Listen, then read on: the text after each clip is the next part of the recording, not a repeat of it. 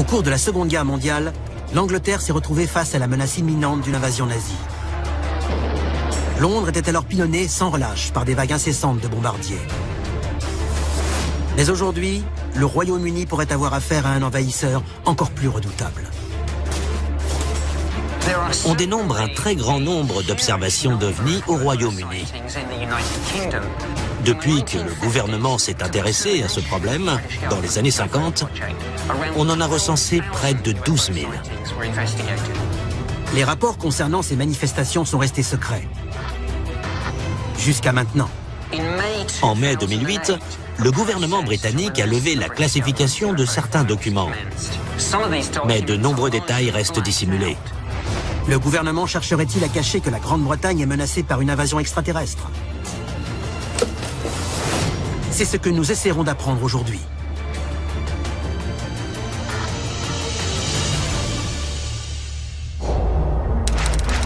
La machine est en marche. Des dossiers restés confidentiels pendant des décennies et décrivant des manifestations extraterrestres ont été rendus publics.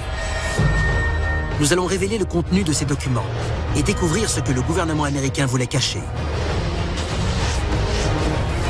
C'est à suivre dans Alien Files, l'émission qui perce les plus grands secrets de la planète Terre. Aberdeen, en Écosse, année 2012. Une nuit glaciale recouvre les Lowlands. La famille Ritchie est tout à coup réveillée par de puissantes lumières venant du ciel. En regardant par la fenêtre, ils découvrent avec stupeur un objet circulaire flottant au-dessus de leur ferme. Il y restera 4 heures. Grâce à leur caméscope, la famille enregistre des images de l'objet avant qu'il ne s'éloigne. Les autorités déclarent qu'il n'y a aucun moyen de savoir si un aéronef se trouvait dans cette zone à ce moment précis. Mais comment est-ce possible dans l'un des espaces aériens les mieux contrôlés? Selon certains experts, ce n'est pas la première fois que le gouvernement tente de cacher des faits de cette nature. Les gens ont longtemps pensé que le ministère de la Défense britannique s'intéressait beaucoup plus aux ovnis qu'il ne le disait. En 2008, le gouvernement britannique lève le voile sur 50 ans d'archives classifiées sur les ovnis. Il s'agit de centaines de dossiers, totalisant près de 10 000 pages de rapports. Quand le gouvernement a annoncé qu'il allait déclassifier les dossiers sur les ovnis, les gens auraient dû s'y intéresser. Si un seul de ces dossiers s'avérait fondé, notre monde changerait à jamais. Dossier déclassifié des X-Files britanniques. Tangmere, dans le Sussex, en juin 1950. Un pilote de la Royal Air Force est en vol d'entraînement. Il est dépassé par ce qu'il décrit comme un objet en forme de disque, brillant et tournant sur lui-même. C'est l'un des nombreux rapports d'observation d'OVNI qui sera traité par les autorités aériennes civiles et militaires. Les témoignages s'accumulent au point que le gouvernement ne peut plus les ignorer. Une enquête est diligentée sous le secret.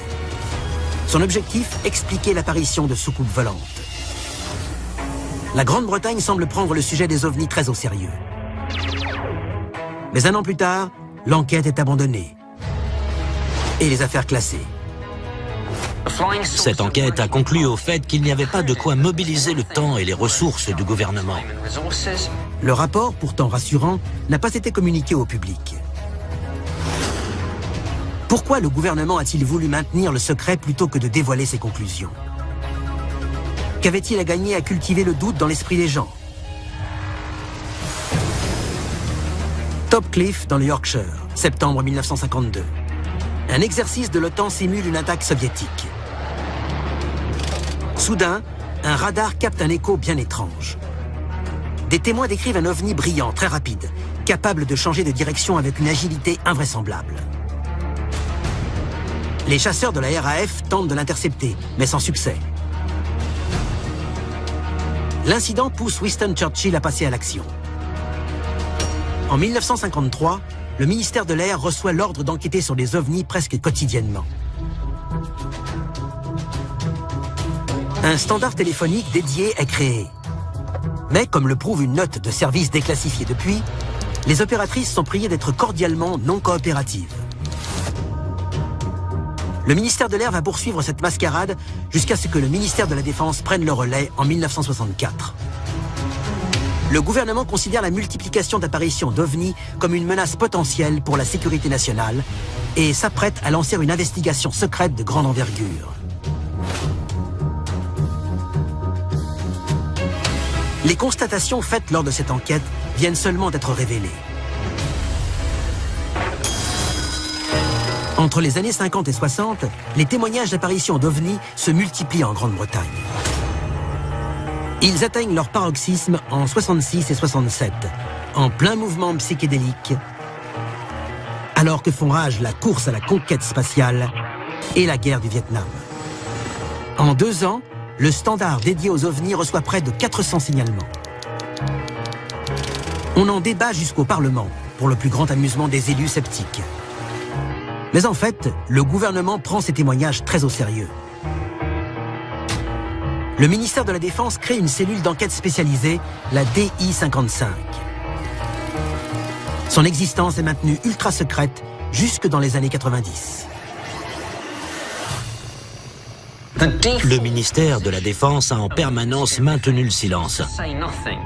Il s'agit, par nature, d'une organisation secrète en soi.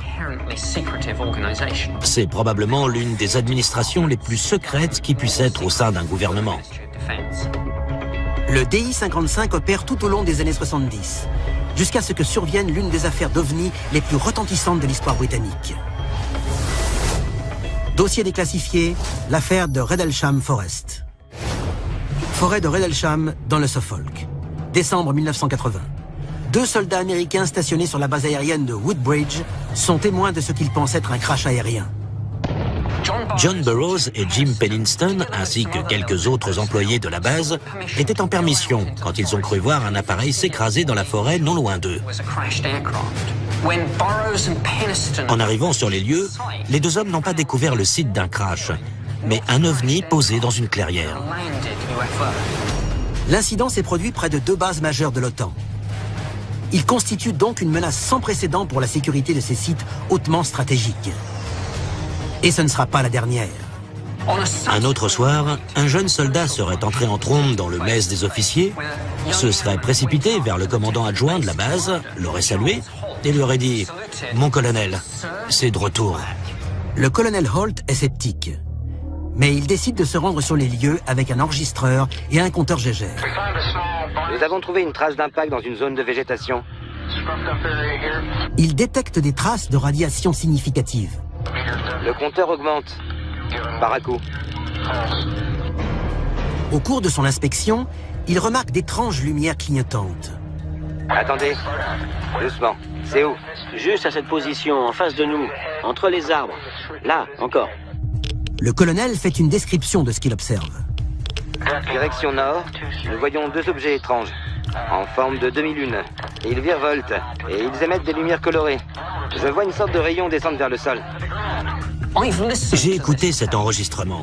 Le colonel Holt décrit ce que lui et ses hommes observent. Un objet volant non identifié, restant sur place à une certaine distance, puis se mettant à approcher. Ça vient vers nous. Ça approche. L'affaire de la forêt de Rendlesham est sans aucun doute l'un des témoignages d'observation d'OVNI les plus stupéfiants. L'incident entraîne un long débat au Parlement au sujet des ovnis et de la sécurité nationale. Mais une fois encore, le ministère de la Défense considère que la menace n'est pas fondée et le dossier est clos. Pourtant, le doute subsiste encore dans l'esprit de certains. Quand les X-Files britanniques ont été rendus publics, des milliers de témoignages datant de 1965 à 2009 ont été dévoilés. Bizarrement, ceux datant de 1980 à 82, parmi lesquels ceux liés à l'incident de Rendlesham, sont introuvables. Le ministère de la Défense avouera un peu plus tard qu'ils ont été détruits par erreur. Comment un dossier aussi important a-t-il pu être détruit? L'a-t-il vraiment été? Ou est-ce que le gouvernement britannique cache quelque chose? Qu'y avait-il d'autre dans ces dossiers? Il s'avère que cette destruction accidentelle d'un dossier sensible n'est pas une première. Dossier déclassifié, le protocole de Pitlochry. Pitlochry en Écosse, 1990.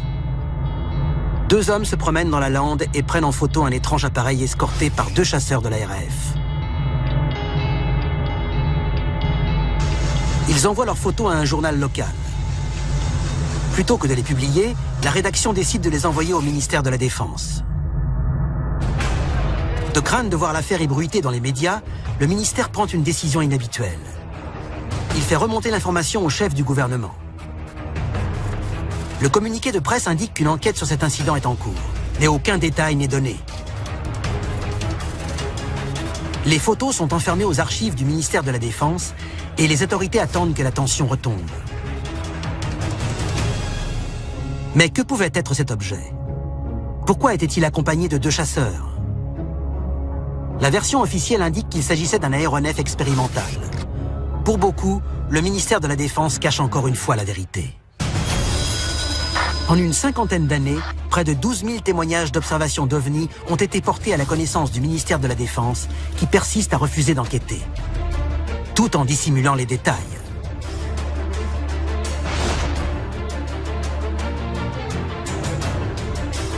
Certains dossiers, comme celui de l'affaire de Rendlesham Forest et de Pitlochry, disparaissent purement et simplement des archives.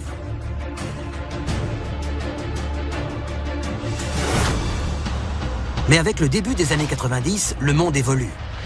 La guerre froide cède la place à la glasnost. L'apartheid se disloque. Le monde entier semble se tourner vers une optique de transparence. Le gouvernement britannique charge un homme de lever le voile sur certaines affaires impliquant des ovnis. Son nom, Nick Pope. Quand on m'a chargé des enquêtes sur les ovnis en 1991, je ne savais pas à quoi m'attendre. Je ne m'intéressais pas vraiment au sujet. Pour moi, c'était une mission gouvernementale comme une autre. Très vite, Nick Pope va se rendre compte que le poste qu'il occupe désormais n'a rien d'ordinaire.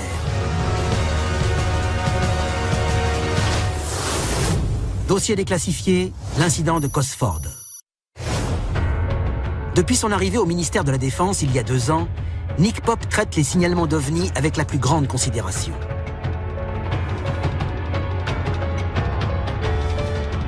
Nous avions un large champ d'action et nous disposions de moyens techniques impressionnants. Quand je recevais une photo ou une vidéo, je pouvais faire appel aux analystes et au matériel de la RAF pour l'examiner. Il a déjà enquêté sur de nombreuses affaires, mais rien ne pouvait le préparer aux événements surréalistes survenus le 30 mars 1993. Une vague de signalements, s'étendant sur près de 6 heures à travers tout le Royaume-Uni, est survenue. Cette étrange série d'apparitions d'OVNI s'achève par celle d'un aéronef imposant survolant les bases aériennes de Cosford et Shawbury dans les Midlands. Des dizaines de témoins ont vu cet objet, parmi lesquels un officier de la RAF en service depuis 8 ans. Il a été un témoin direct de ce qui s'est passé ce soir-là. On ne pouvait pas espérer mieux. L'officier aperçoit un aéronef de forme triangulaire en vol stationnaire à environ 70 mètres du sol, émettant un bourdonnement et tirant une sorte de faisceau laser vers le sol. L'appareil s'approche lentement de la base, puis coupe son laser et disparaît à l'horizon avec une accélération nettement supérieure à celle d'un chasseur à réaction. La scène sidère complètement l'officier aux 8 années de service. Quand j'ai interrogé ce témoin, le lendemain matin, sa voix tremblait encore. Nick Pope note un certain nombre de similitudes entre cette affaire et celle de Rendlesham Forest, survenue 10 ans plus tôt. Les témoins étaient des militaires et l'OVNI de forme triangulaire. La seule différence entre ces 2 incidents était la taille de l'aéronef. S'agissait-il d'engins construits par la même race d'extraterrestres? La Grande-Bretagne était-elle l'objet de visites régulières? Les témoins de l'incident de Cosford étaient si nombreux que le ministère de la Défense n'a eu d'autre choix que d'admettre qu'un objet non identifié ou d'origine inconnue a survolé la Grande-Bretagne.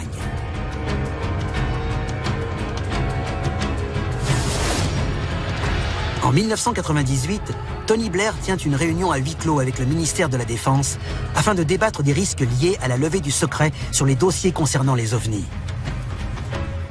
Il confie alors qu'il ne s'intéresse que moyennement aux ovnis, mais qu'il ne remet pas en cause l'existence d'une vie extraterrestre. Il faudra encore 10 ans pour que le gouvernement lève enfin le voile sur les fameux X-Files britanniques en 2008. Le contenu de ces dossiers a de quoi secouer l'opinion publique. Jusque-là, tout le monde avait quelques pièces du puzzle, mais personne ne les rassemblait. Avec cette levée du secret, nous avons enfin pu avoir une vision d'ensemble de ces phénomènes. Ce processus de déclassification a permis au grand public de prendre connaissance de centaines de dossiers et ainsi de dévoiler des décennies de désinformation sur les ovnis. Certains documents démontrent clairement que le gouvernement a tenté de minimiser l'ampleur des apparitions d'ovnis, qu'il a cherché à discréditer les quelques témoignages relatés par les médias et à faire passer ceux qui enquêtaient sur ces phénomènes pour des déséquilibrés. Les X-Files britanniques ont révélé des faits intrigants, dont la première manifestation remonte à l'affaire de Rendlesham Forest. Selon certaines rumeurs, la base de Woodbridge abritait l'arme nucléaire. Ces ovnis pouvaient être intéressés par nos sites de lancement de missiles ou notre programme atomique.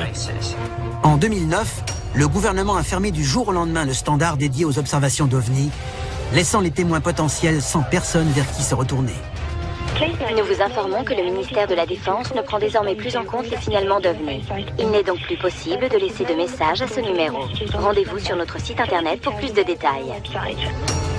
Le mois suivant cette fermeture, les observations d'OVNI ont triplé dans le Royaume-Uni. Il y a un dicton militaire qui dit « À entraînement difficile, guerre facile ». On devrait mieux se préparer à l'éventualité d'une invasion extraterrestre. Notre défense doit être notre préoccupation première. Quels sont les risques d'un contact avec des extraterrestres hostiles? La Grande-Bretagne est-elle prête à faire face? C'était Alien Files, l'émission qui perce les plus grands secrets de la planète Terre.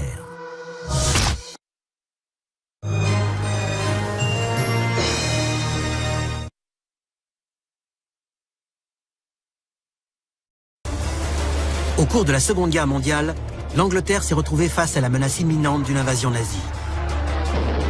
Londres était alors pilonnée sans relâche par des vagues incessantes de bombardiers. Mais aujourd'hui, le Royaume-Uni pourrait avoir affaire à un envahisseur encore plus redoutable. On dénombre un très grand nombre d'observations d'OVNI au Royaume-Uni. Depuis que le gouvernement s'est intéressé à ce problème, dans les années 50, on en a recensé près de 12 000. Les rapports concernant ces manifestations sont restés secrets. Jusqu'à maintenant. En mai 2008, le gouvernement britannique a levé la classification de certains documents. Mais de nombreux détails restent dissimulés. Le gouvernement chercherait-il à cacher que la Grande-Bretagne est menacée par une invasion extraterrestre? C'est ce que nous essaierons d'apprendre aujourd'hui.